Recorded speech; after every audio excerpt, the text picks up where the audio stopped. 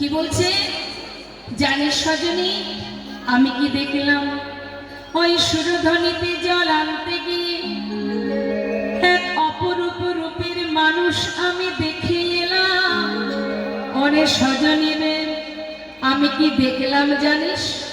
দেখলাম সেই রূপের মানুষটির যেন কণ্ঠে যে সুন্দর মালাটি আছে, গৌরহরির গলায় যে ফুলের মালা, মালতী ফুলের মালা, সেই মালাটাকে দেখে প্রথম নাগরী বলছে সজনী, আমি দেখলাম মধুকর রঞ্জিত মালতে মণ্ডিত। মধুকর রঞ্জিত মানে মধুকর কাকে বলে? ভ্রমর, যারা মধু পান করে তাদের বলা হয় মধুকর। আজ বলছে সজনী, সেই গোরার কণ্ঠে যে ফুলের মালা, সেই মালাটাকে দর্শন করে যেন মনে হচ্ছে যে এটা ফুলের মালা নয়, যেন মধুকর দ্বারা রঞ্জিত। সজনী, মধুকর মানে ভ্রমর ওই ফুলের উপরে এমন ভাবে বসে আছে, প্রত্যেকটি ফুলের উপরে ভ্রমর বসে আছে, তো বোঝা যাচ্ছে না এটা মালতী ফুলের মালা নাকি কোনো ভ্রমরের মালা।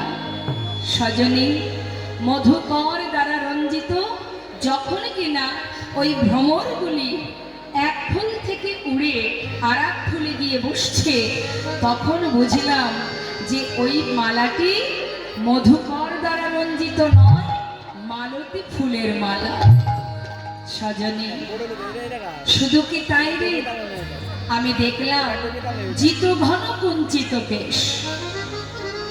জিত ঘন কুঞ্চিত কেশ মানে গৌরহরির মস্তকে যে চাচর চিকুর কেশ বাবা, ওই চাচর চিকুর কেশ দেখলে যেন মনে হচ্ছে ওই যে কালো কেশ, কুঞ্চিত কেশ মানে কালো কুঞ্চিত কেশ, ওই কোচকানো যে কেশ সে তো কালো, তাকেও জয় করেছে এই কালো ভ্রমর। কালো ভ্রমর কুঞ্চিত কালো কেশকে জয় করেছে, এমন ভাবে গৌরহরির কণ্ঠে ফুলের উপরে ভ্রমর বসে আছে, যেন মনে হচ্ছে মালতী ফুলের মালা নয়, যেন মনে হচ্ছে মধুকর দ্বারা রঞ্জিত মালতী মণ্ডিত। ওরে সজনী, আমি আরো কি দেখলাম জানিস? ওরে সজনী রে, শোন শোন, আমি দেখলাম, হ্যাঁ রে, সেই মধুকর দ্বারা রঞ্জিত ফুলের মালাটি পরে আছে সেই গৌর সুন্দর, যার অপরূপ রূপ কার সঙ্গে তুলনা দেব আমি, কার সঙ্গে তুলনা করব তার আমি দেখলাম। আরো শোন শোন, তিলক